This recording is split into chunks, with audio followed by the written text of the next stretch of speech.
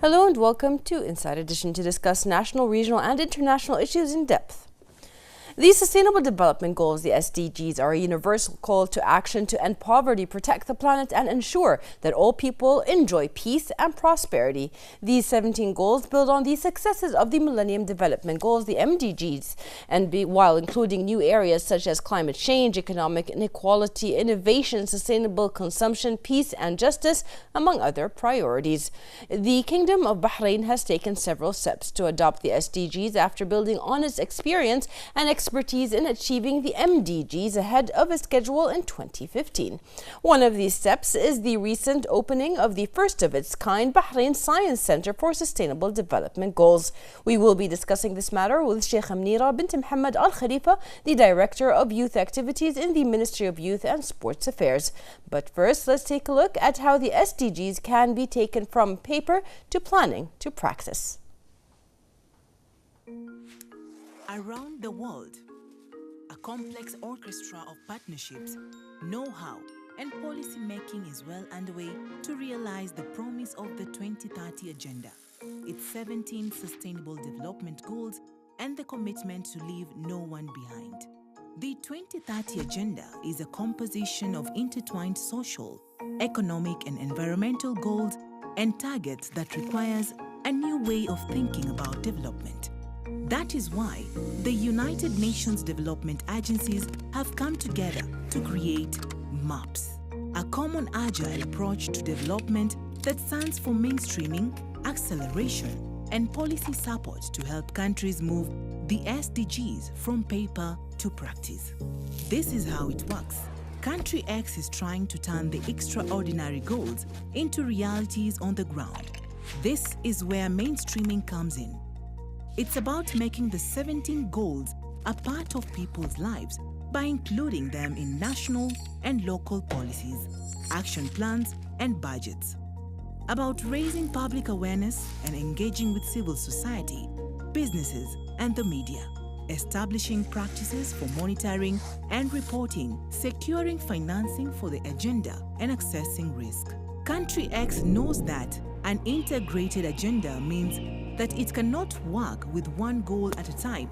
It needs to find key entry points to make progress across several SDGs. What would work in this specific context? Using analytical tools, we can identify accelerators, such as action to support women and girls' empowerment that will also boost local economies, enable safer childbirth, and build more inclusive communities. The UN can also provide policy support that reaches across all aspects of development, education, jobs, local governance, healthcare, biodiversity, and clean energy to support SDG implementation. The UN will help countries achieve the SDGs for everyone, everywhere. Visit undg.org/2030-agenda to learn more about MAPS.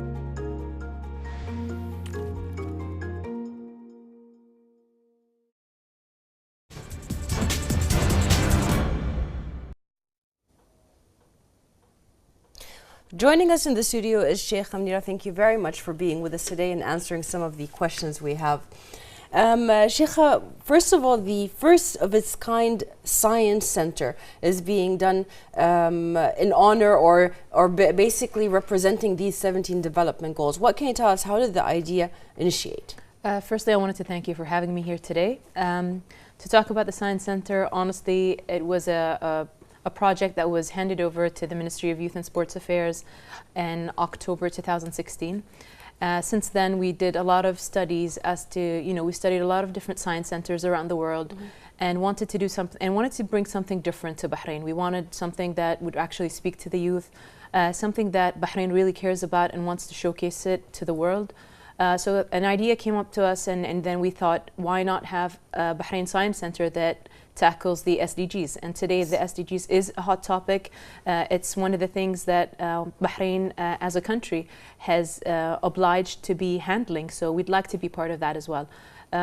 So that's pretty much the idea came about, to bring in change and that's what we want to do. Yes. Now, as you said, the SDGs are a hot topic, especially when the whole world is basically, or most of the countries of the world are committing to them. But in your center, it aims at promoting the implementation of these 17 sustainability goals. They promote them in the mind of the youth, and this will also integrate them in their families and basically spread a kind of awareness. So what can you tell us about these goals? You know, I mean, as you know about this UN-led initiative, it started around 2015, if I'm not mistaken, September 25th of the year 2015, of which when all the UN member states, the 193 countries agreed to have these 2030 agenda, or basically the Sustainable Development Goals. Now, as the Ministry of Youth and Sports Affairs, we cannot tackle every single issue. So we are going to start with the youth and mainly raise awareness. And I think that's exactly what we're trying to do with the center here, is raise awareness from a young age, saying, come to the center. We'd like to inform you what these SDGs are, how you can help, you can be part of it, and then hopefully work, have it like a pass it forward kind of situation, of which when we start tackling and speaking to this young individual, then the individual will take it on to his friends, family, and have that network kind of expedite, hopefully. Network being the key word here. Are you going to have some kind of cooperations with the schools or universities around Bahrain? Absolutely. I mean, this is not a single ministry proposal. This is an initiative, I like to call it a national initiative, actually. We'd like to have as many entities as possible, whether it be schools, universities, even government agencies and NGOs take part of this science center and take full advantage of it, honestly. This is the entire aim of the center, and we hope that we'll be able to reach that. Marvelous. The Bahrain Science Center has recently introduced a number of programs that targets different age groups. What are these programs? We ran our first summer program just a few weeks ago, and we just wanted to touch, just make sure that the kids kind of come in, at least not only get to see the center, but also spend a few hours at the center. And so we introduced 4 different programs for the kids and the youth. So we had 2 different programs that tackled that was basically for the 9 to 14-year-olds, which was The World We Want and the World of Science. The 2 different programs were for the 15 to 29-year-olds, and it was the Youth Leadership Program and the Goals for Change. So these 2 different programs tackle different issues of the SDGs. Some of them talked about climate action, life on land, life below water. Others were others tackled zero hunger, no poverty, and quality education. So we tried to, have a mix and match of different SDGs and get the kids and the youth more familiar with these goals. Yes. Now, the center is new, basically, and I'm sure, like at the beginning, you're not going to go full blast with all of the 17 sustainability goals. Sure. Do you have like a priority on what goals are going to be showcased first? Definitely. I mean, because we are entitled to cover all 17 goals, we'd like to do them systematically in a way that, firstly, we'd like to focus on quality education, and that's precisely why the center is there initially, is to showcase quality education, and through that we're going to have many different programs, many different activities throughout the entire year to promote these goals. And hopefully, once we start also speaking to different government agencies, start introducing the goals that Bahrain is really interested in, whether it's climate action or, partnerships of the goals. So we're taking it one step at a time, and hopefully we'll get to reach all of them. Inshallah. The center is equipped with environment-friendly elements. How does such a design contribute to the efforts of achieving sustainable development goals? If you've seen the design of the center, we have a wind turbine, so that kind of speaks in terms of the wind energy. We've got solar panels throughout the design and look and feel of the building itself for the sun, basically. So we've got solar panels. The building of itself is the first government building in the kingdom that has this kind of ability, and it feeds off its energy into the government energy network. So we have a lot of different things that we're looking into as well. This is just the start. As I said, we'd like to take it as a trial and error. We'd like to test it out as well, and hopefully we'll get to introduce more things hopefully in the coming future. It's really important at this point to also say Bahrain isn't new to the renewable energy concept. We've had wind turbines on some of the buildings here. Absolutely. Solar power company that provides solar panels in Bahrain and made in Bahrain itself. Can you tell us, does the fact that this has been in Bahrain for a while contribute to making the youth aware that this is a problem in the whole world, but Bahrain has been tackling it for a while now? Absolutely. I mean, at the end of the day, what we wanted to do is as soon as you approach the building, you'll start to understand that the building itself is trying to tackle these issues. Climate action today is not a local issue. It's not something that only Bahrain is affected with. Yes. It's a global issue. It's a global phenomenon. As much as we can do to raise awareness about these issues with the youth, is something that would like to do, and it's something that we take as a burden on ourselves and as a ministry as a whole. To try and get youth to be more proactive about these issues, and hopefully be able to put these, we're going to talk about the problems, but we would like them to be part of the solution. So we want them to be the decision makers, hopefully, in coming up with solutions to tackle these global issues. Marvelous. The Kingdom of Bahrain has adopted several initiatives to empower and encourage youth to be effective partners in the development of their country and achieve its prosperity. The vision of His Majesty King Hamad bin Isa Al Khalifa laid the foundations for the progress of youth in the National March. More in this report. In line with His Majesty King Hamad bin Isa Al Khalifa's firm belief in youth empowerment, and in particular in supporting the development of a new cadre of young Arab leaders, the Kingdom has adopted a number of initiatives to ensure that Bahrain's young people have the skills, expertise and opportunities to achieve their aspirations. قناعتنا الراسخة بأهمية الدور الذي يجب أن يتولاه الشباب في صياغة مستقبلهم وإشراكهم في برامج التنمية والتطوير لاستيعاب تطلعاتهم وإعدادهم الإعداد السليم لأداء واجباتهم اتجاه أوطانهم بشكل مسؤول وبما يمكنهم من وضع أسس وملامح ذلك المستقبل المشرق.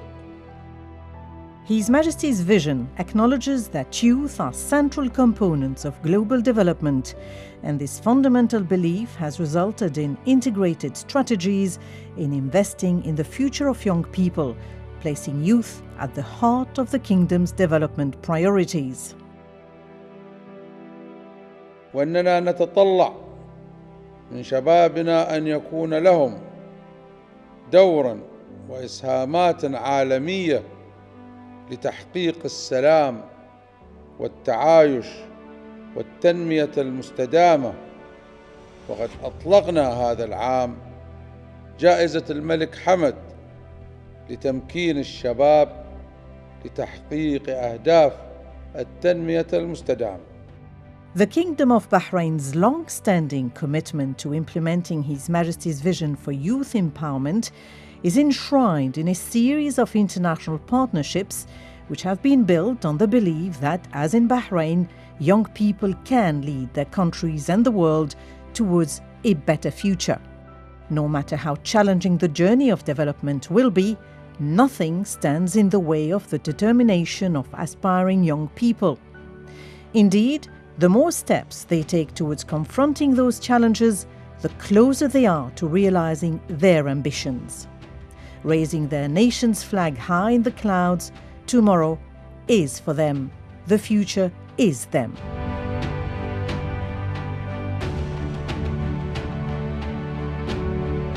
أيها الأبناء الأعزاء، إنكم عماد المستقبل وأمله، والأساس الذي ينطلق منه الوطن لعلو بنيانه ومنطلقا لمستقبل أجياله.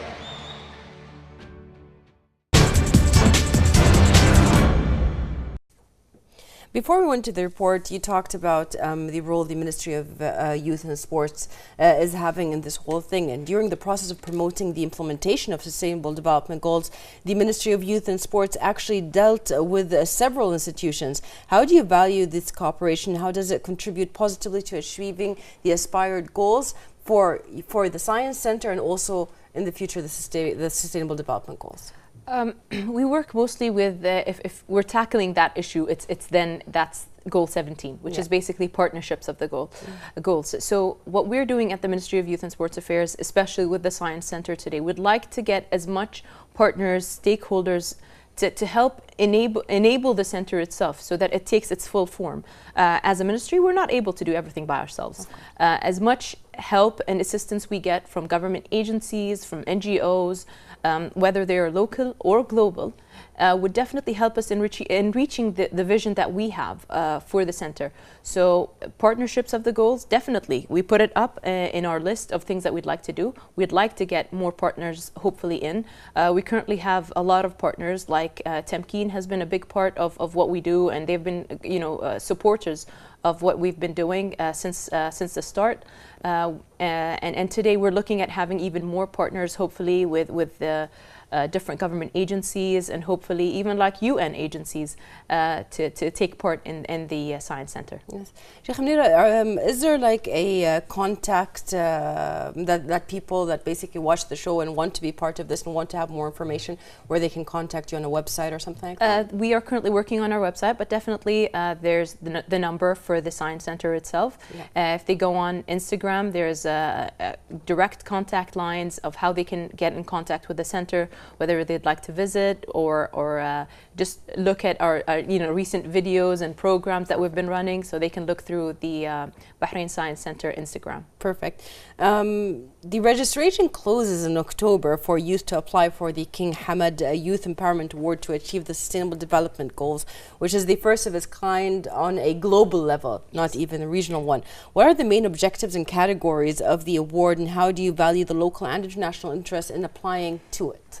Firstly, we are thrilled and excited that we are coming to the end of the second edition of the King Hamad Youth Empowerment Award to achieve the SDGs. This award last year has been fantastic, the way it ran in its first edition, and we're looking to have more participants hopefully this year. This year we'd like, it's almost the same as it was last year, but we wanted to change the pool of participants as well. So it's mainly focused to public sectors, private sectors, government sectors, and youth themselves. So we'd like the youth to take part in the award itself and send in their participations and take part of this whole global initiative by Bahrain. So we are excited to be coming in the last 60 days, I'd say, of the award, and we'd like to see the number of participations. So far, I hear really good news. I mean, I'm not going to disclose any right now, but hopefully you'll hear about it very soon in the newspapers and all media accounts. But yeah, it's mainly for these four different. We'd like to get as much as possible, whether they're youth or enablers of youth to achieve the Sustainable Development Goals, to participate in the award both locally and globally. Are there any participations that you find have been different or have been the center point of the award itself, without specifying, but basically the energy and the encouragement behind these projects? We're quite excited, as I had mentioned. Today, of the numbers that I see in the reports that come to us with the follow-ups of how many participants we've had, how many countries we have this year participating, is really something that makes us very proud. So hopefully, as soon as we get more information about that, and once we close the deadline, then we'd be able to disclose more information. Inshallah. How can international outreach activities and effective cooperation with the regional and global youth institutions contribute to achieving the ministry's aims at at promoting the implementation of the Sustainable Development Goals? As I had mentioned, we're not able to do this by ourselves. We can only focus on a certain sector. But once we have agencies that are able to speak to many different sectors, help in even helping in our programs, or whether there are many different kinds of supports that we will need. So whether they can support us logistically, or they can help us support us financially, whatever it may be, these kinds of cooperations and I'd like to call them even like partnerships, are things that we look forward to and things that we would like to. So yeah, we're currently working we already have a few with the UN agencies as well as the Youth Envoy Office. And we're looking to have even more partnerships, hopefully, in the months to come. Hopefully. The Ministry of Youth and Sports Affairs has a lot of programs in the past and has always implemented a lot of programs in the past for the youth, whether it was in media, whether it was in computers, or any kind of basic platform that the youth wanted to explore. How is this Science Center going to differ from all of the previous programs? We've run many different programs, but the Science Center is going to focus mainly on the SDGs. And this is something that we want to do. And to be able to do that, we have put a lot of KPIs that we'd like to achieve, given the number of people who are going to participate, the number of youth that are going to participate, the stakeholders that we'd like to have, both on a regional level, on a global level. These are things that we're looking into. So it is going to be different because it's going to be very specific. Usually when we have programs, they're much more on a general level. We study the market, we understand what the youth want, and then kind of come up with programs that we feel that they'd be interested in. But this one in particular focuses mainly on the SDGs. And that's how it's going to set itself apart from many different centers and the programs that we ran or are running in the ministry. Perfect. Moving on to another project, Youth City 2030 is considered one of the most unique initiatives launched by the Ministry of Youth and Sports Affairs, which aims to provide the best means to foster the youth, empower them, redirect their energies in the right direction, and provide them the needed knowledge to build their leadership skills and characters. Youth City 2030 is a summer program which is conducted by Ministry of Youth and Sport. The aim or the objective of this project is to promote and to build the capacity of the youth from 9 to 29 years old during the summer time. Basically, we are working in 5 main areas, which is leadership, art, science and technology. We have the sport and we have the media. In the past 8 years, we have these 5 categories, but in this year we have changed the idea to meet the expectation and to improve the programs and the way of delivering this activity. This year it's completely different from how it used to run in the past. The programs, or let's say the entire program as a whole, runs more into or looks more into projects rather than programs. So all the sectors in the Youth City 2030 will focus on producing projects. So we have media projects, we have art projects, we have leadership projects and science projects. Youth City is the one event that every young Bahraini waits every summer. And what makes this year different than any other year, and especially last year, is that instead of having centers and programs where children come and just have fun and learn, it's more of a training center where there's some consultancy, and it's more of a training camp than just a summer program.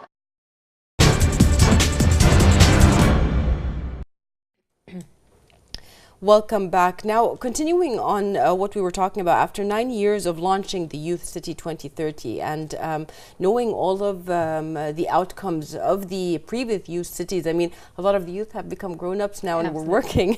So how do you value the success and the contribution that it served generally and also specifically to the Sustainable Development Goals? Well, generally, we're very proud of this project. This is its 9th year. We're moving on to our 10th year anniversary. So that in itself is something that we'd like to, that we hold very, dear to our hearts. Yeah. So having Youth City, this is definitely a project that the ministry looks up to, and what the success of it really is based on the youth. So today we're talking about, if it was just last year, we had 5,600 participations in the Youth City itself. We allowed for that number of kids to apply to Youth City. So like you had mentioned, it's a cycle. So once nine years ago, the kids that we had participating with us today are some of them are employees, some of them are completing their university degrees. So and then what they do is they complete their degrees and come back to Youth City to train other youth. So that in itself is a cycle, and this is a cycle of quality education, and that in itself serves the SDGs as well. So this is something that we'd like to do, and we'd like to have this kind of formation of a sustainable cycle, of which we kind of pass on education, and to have our youth basically go through the Youth City and then come back to it as, whether they're volunteers, they'd come back as mentors or teachers or instructors, or even employees. Yes. So that is a circle that is we'd like to call a successful, sustainable circle, and hopefully we see it take its its full form, hopefully by the 10th year. Yes, it's really important to mention that ever since the start of Youth City, the programs that have been given to the youth there, or basically have been the youth have been exposed to, are some of the Sustainable Development Goals. There is empowerment of women, there is also clean energy and green energy. They also have a lot of contribution when it goes to cooperation and that kind of stuff. Can you tell us a little bit more about the programs that will contribute to the Science Center in Bahrain? Yes, absolutely. We have many different programs that not only stop at Youth City but continue on. So some of them that started in the summer are like, we have innovation, which is basically, or invention actually, which is basically a program where kids would be able to come up with or invent their own different products that serve the Sustainable Development Goals. In addition to that, we've got filmmaking, of which they tackle issues like the SDGs. We have a lot of recycling projects and programs that they'd go into, and that would help in a sense raise awareness about recycling materials and even reusing them in everyday life. So whether they recycle some of the old wooden tables that they have and reuse them. So many of the projects and programs that we run at Youth City will continue on, hopefully with the Science Center now. For the entire year. Okay, perfect. Shaikha Muneera, we've gotten to the end of our show. Is there anything that you'd like to add now? Well, I wanted to thank you for having me and just covering this issue, and hopefully we'd like to see you guys at the Science Center. Okay, perfect. Thank you so much for being with us and answering our questions. And we would also like to thank you for watching, and see you next week in another episode of Inside Edition.